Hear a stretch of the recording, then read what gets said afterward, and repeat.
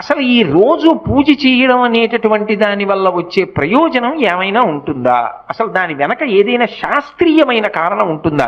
విదురుడు ఎందుకు చెప్పాడు అసలు దైవానికి నమస్కారం చేయమని? నేను మీకు ఒక్క మాట చెప్తా, బాగా గుర్తుపెట్టుకోండి. ఎవరు పూజ చేస్తున్నాడో వాడు లోకము చేత పూజింపబడతాడు. నేనన్న మాట బాగా పట్టుకున్నారా? ఎవరు పూజ చేస్తాడో వాడు లోకము చేత పూజ అందుకుంటాడు. అదేమిటండి మీరన్న మాట మాకు బాగా అర్థం కాలేదు, మీరు ఏదో అన్నారు బాగుండదని అన్నాం అంతే అంటారా? మీకు వివరణ చేసే ప్రయత్నం చేస్తా. పూజ అంటే ఏమిటి? పొద్దున్నే దేవుడి దగ్గరికి వెళ్ళో దీపం పెడుతున్నా. ఎందుకు? ఎవరు భగవంతుడు? చంద్ర సూర్యౌ చ నేత్రే కర్ణావాసా శిరోద్యౌ ముఖమవిదహనో యస్య వాస్తేయమద్భిః అంతస్తం యస్య విశ్వం సురనర ఖగో భోగి గంధర్వ దైత్యైః చిత్రం రమ్యతే